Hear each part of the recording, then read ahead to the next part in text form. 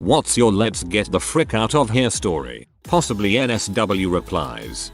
I was out in the bluff country of the upper Mississippi with my dog in the early winter, was at the base of a cliff and came across a hole about 10 inches across that had some moist, warmish air coming out. I cave sometimes and got excited at the prospect of finding a new, potentially live one. Took my dog home and came back the next day with a helmet, headlamp, and general caving gear. After kicking out the entrance so it was wide enough for me to crawl in, I proceeded through sort of an upward crawl space 1-2 featuring tall, about 6 featuring, and it opened up into a small chamber, and when I shined my headlamp across the floor it was covered in tiny glints. They were the eyes of rattlesnakes. I mean, hundreds of rattlesnakes. I had stumbled across one of their winter dens. I slowly backed out and got the frick out of there. TLDR. Thought I found a new live cave. Came across rattlesnake hibernation den. Till Indiana Jones is a redditor. Went to Ocean City MD and there was a full rising moon in the east and wanted to see it, so set my alarm for 1 AM to watch it over the ocean. You know, the time of the year from the heat where the moon looks about 6x as big as it rises, and it's blood red, well, really dark orange. Should have taken that as an omen. As I was walking I heard a muffled scream, or something, behind one of the umbrella boxes changing stations. I sneak up and some guys were trying to rape some girl. I thought it was animals fighting. I had no idea what I started to see. I heard them say shut up or we're gonna cut you, and one had his pants down and had her pinned with the 2 other guys. I don't know why I did it, but I picked up what I guess was a piece of the post fencing and started beating the crap out of the guys. Since I was quiet, sand, and it was all to the heads and I was wearing dark colors, I guess I had them by surprise. Whack to each of their heads, and so hard that nobody even gave an alert to what was happening. Just falling over. 1 2 3 all fell down. I was actually scared I killed one of them or something, but he was moaning. The girl looked up at me and I said come on, we gotta run now, and we did. As they were getting up, I guess they did. They sounded pretty angry, but I knew I really hit the frick out of the first guy. We pumped as hard as we could on the sand and jumped a fence and rattled some doors and ran into someone who woke up and called the police. Her father thanked me. She told me that they had guns, or said they did. She never saw one, just a knife. Turns out her dad was some Muslim priest and she and him had got into an argument, so she walked to cool off. Her dad went the other way down the beach to look for her, and she ran into some drunk college kids. TLDR. Snuck up and beat up some guys trying to rape the girl, and she and I booked it out of there faster than lightning. I am lucky I lived. You're a hero, dude.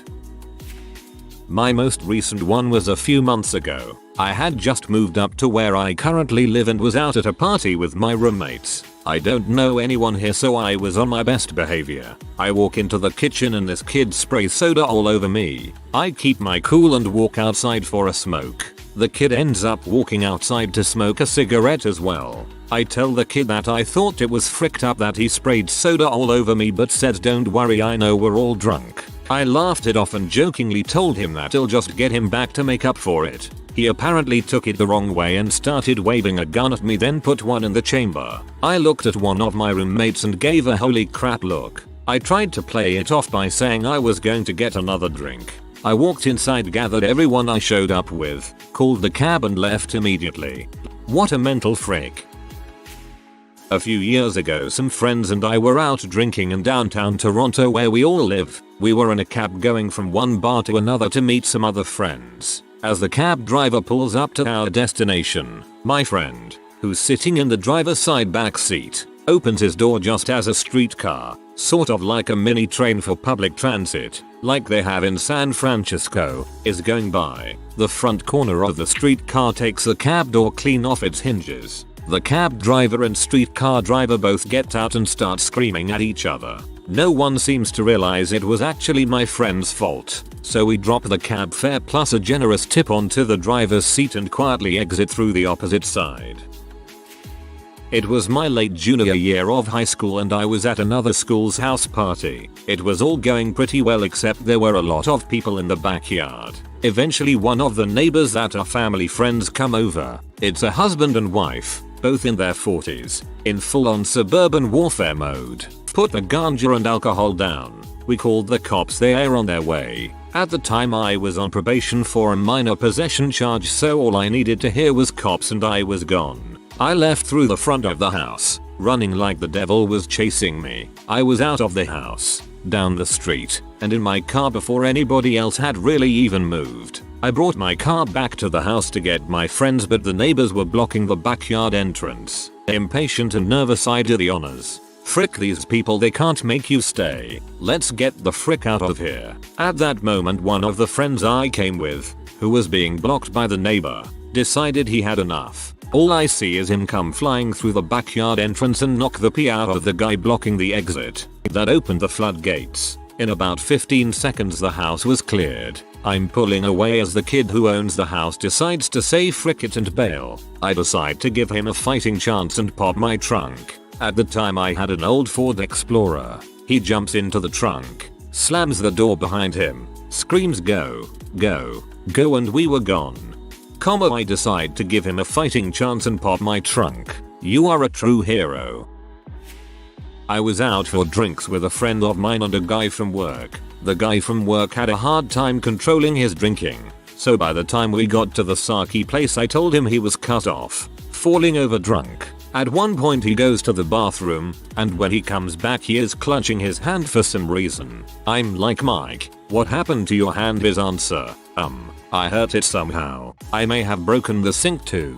Oh crap. I like this place. Cheap beer, sake, and appetizers. So I go check the bathroom. No damage. Q. This place is one of those tiny Asian places with two one-person bathrooms, male and female. I sit back down and say, Mike, guy's room looks fine. Maybe you damaged the faucet somehow. His answer, no. I was in the girl's room. So I check the girl's bathroom. Devastation.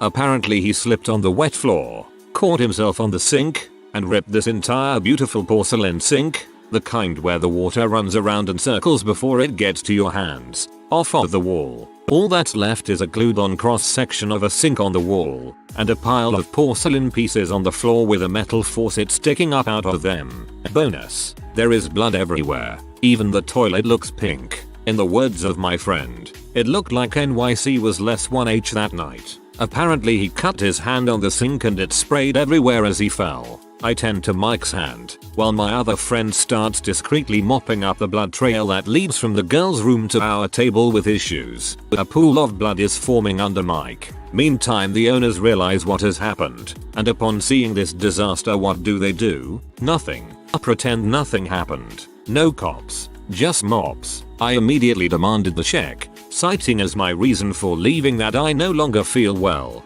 Half true. And I do not return to my favorite sake bomb place for months. TL. DR. Drunken co-worker destroys public bathroom creating bloody mess. I discreetly exit.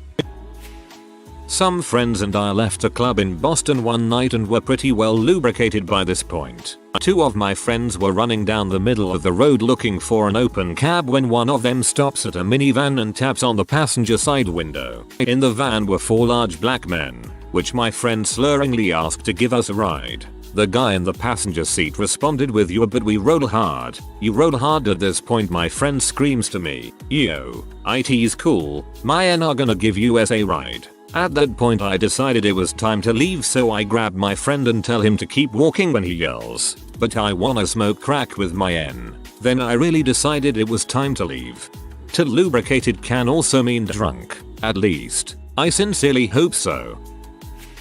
When I was 16, I was at the mall with a friend of mine, who was telling me horrible stories about her friend. We turned a corner, just as I exclaimed, "That's disgusting," really loudly. All 100 pounds of me suddenly noticed a very tall, very overweight man, sitting on a bench, with his equally overweight child attached to one of those leashes they used to have. Well, he looks me right in the eye, and says, "What's disgusting?" and proceeds to stand up and come menacingly at me. I try to explain that it was the story my friend was talking about, but he was having none of it. I booked it out of there really quickly, and still felt really badly about the whole situation, as I could only imagine what he thought I had been talking about.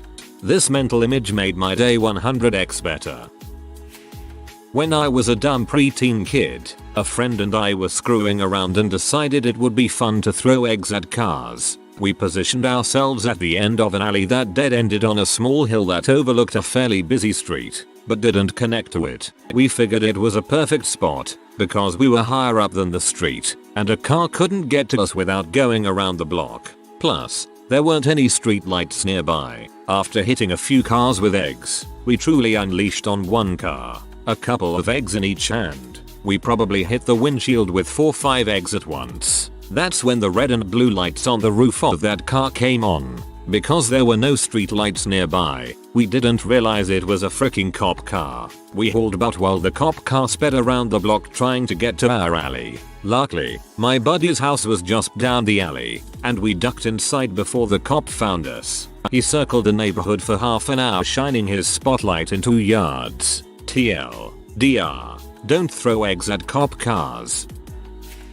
My friend and I were on our way to a different town for some drinks with a friend of ours. It's a drive, probably like 45 minutes. Anyway, we were passing a joint back and forth by the time we hit the city limits and pulled up next to this guy driving an old RWD V8. You know the one I'm talking about. Brown, rust spots, big engine that's not quite in tune, but when you put it down the tires on the thing will still scream. It's about 11 p.m. and we're parked at a 4-way with woods behind us and the town is in front of us with 2 streets sitting perpendicular to us. Anyway, he looks over at us and revs the engine. I'm driving a Jeep, so I tap the gas and jokingly nod over at him like we're going to do this thing. Stoplight turns green and he hits it hard. I stay parked just watching him with my mouth open and the number still in my hand. Dude starts fishtailing all over the road, goes really far right, over corrects left past the double yellow line, almost hits another car, which swerves out of his way, over corrects back over the double yellow line, hard, jumps the curb on the right side of the street and plows directly into a storefront's giant plate glass window. Glass just showered all over that car. Dude throws the car in reverse, spraying landscape bushes all over inside of the building he just inadvertently entered, backs into a street sign, then burns out down the road. The car that had swerved to avoid him whips a UI and chases after him as well. By then the light had turned red and I turned to my friend and honestly asked him if I had hallucinated the entire thing. He said no, that definitely happened. When we left our buddies at about 3, there were cops everywhere, taping off the building and digging around in the bushes. I thought about stopping and telling them I saw what happened but decided it wasn't worth possibly getting arrested. Took me a full minute to get through paragraph 3 and 4, taking breaks to laugh my butt off.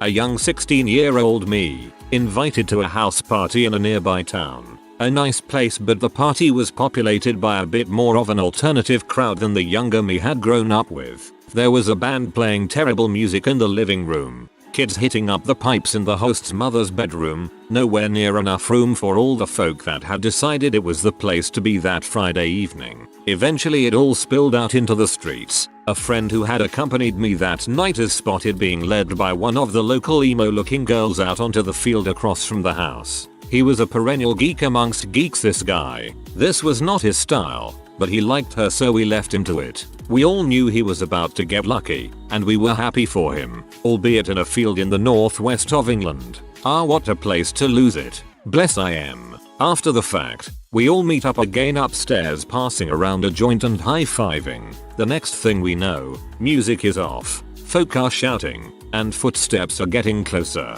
Lots of them. It turned out the girl was supposed to be the lead singer of the band, who in turn happened to be the host, and one of her friends had decided she was being a little bit Door swings open, joint drops to the deck. We all turn in shock as a long-haired greasy black metal fan attempts to decimate each of us with his Ibanez. We pushed him to the ground, barged my way down the stairs and out of the front door. Having thought we were clear of danger now, we call a taxi to pick us up.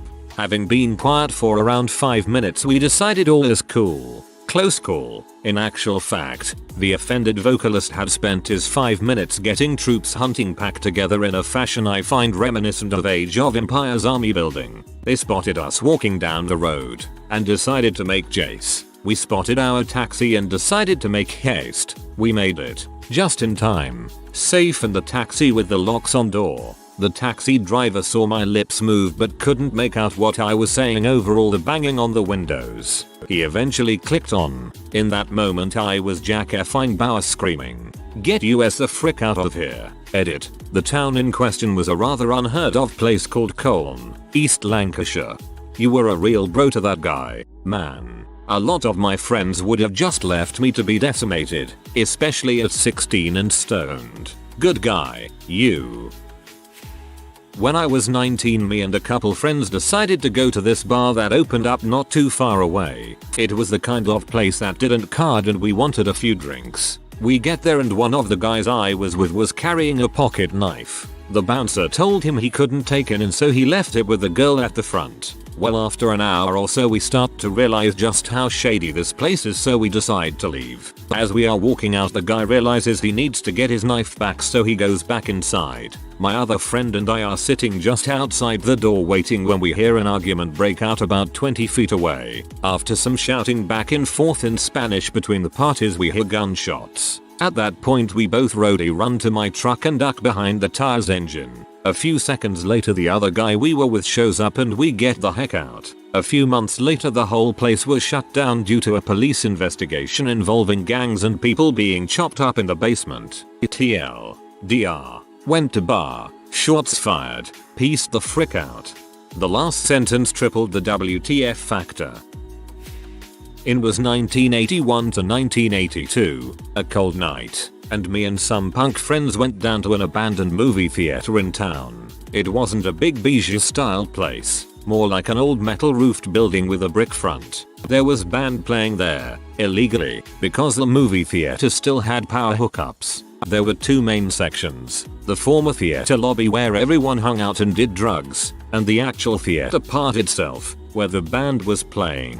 I never got to the theater part. I mean, I saw it when the double doors would open, where a band was playing and we had a mosh pit going.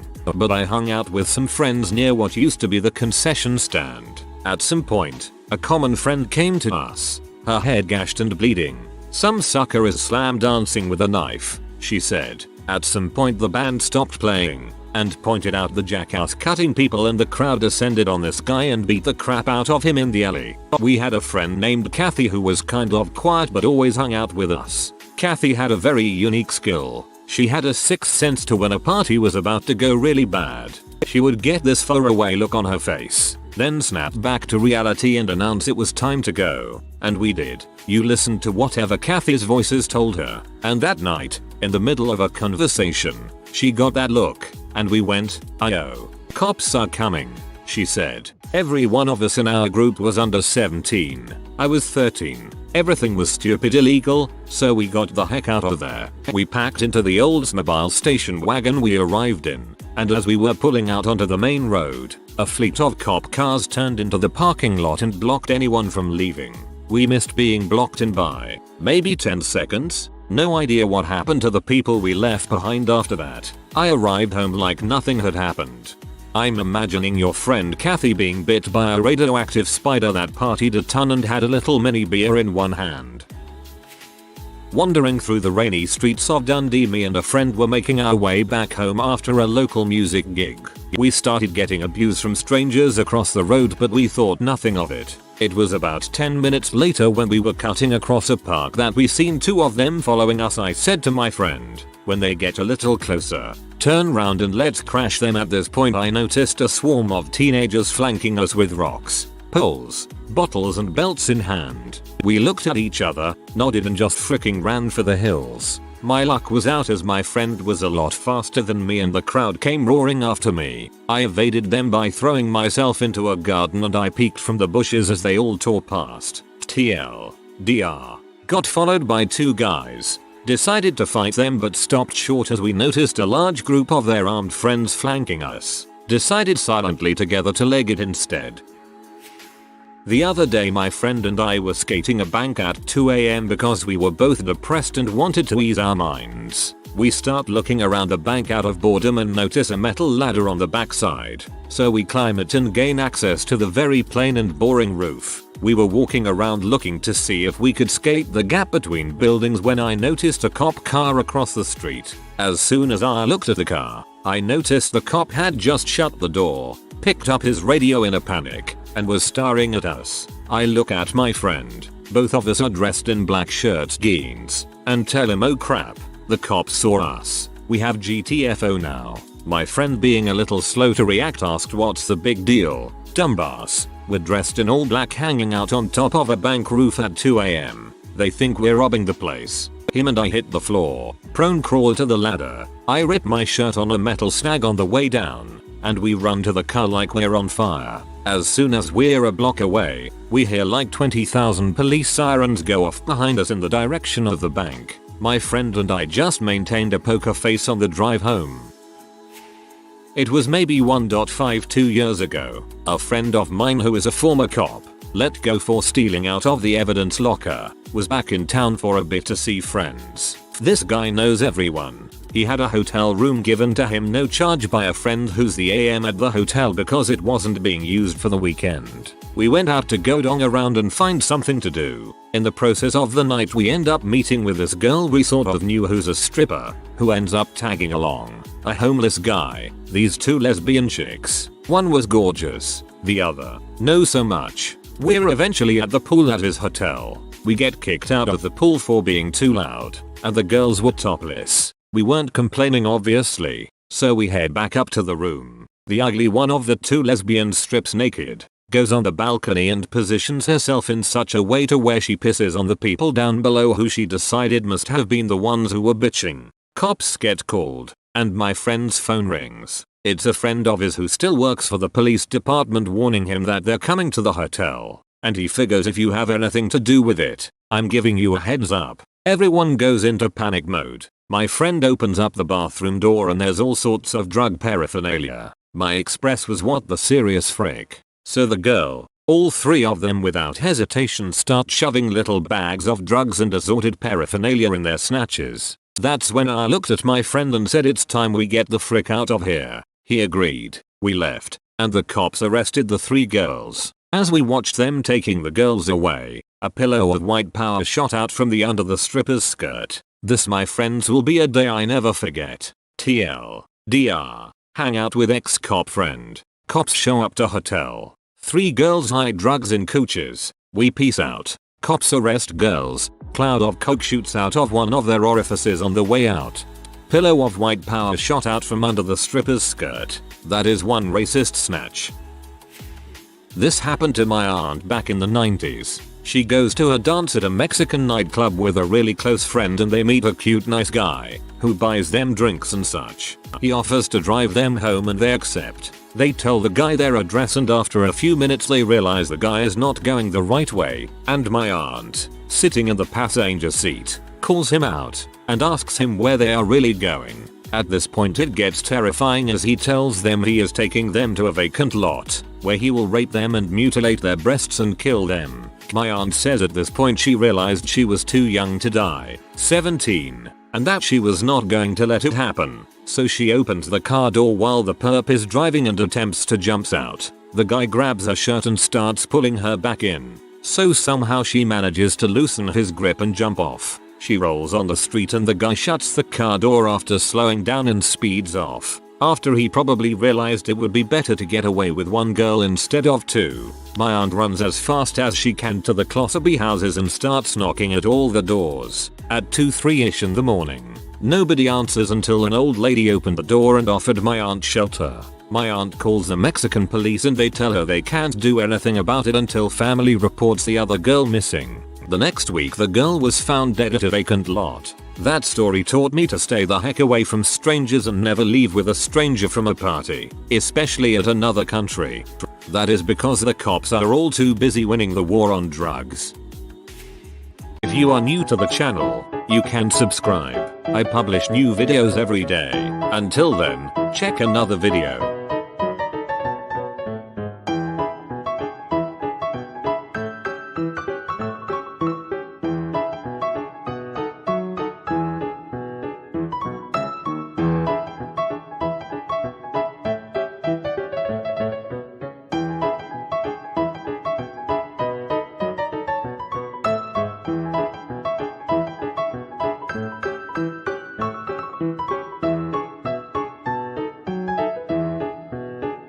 Bye for now.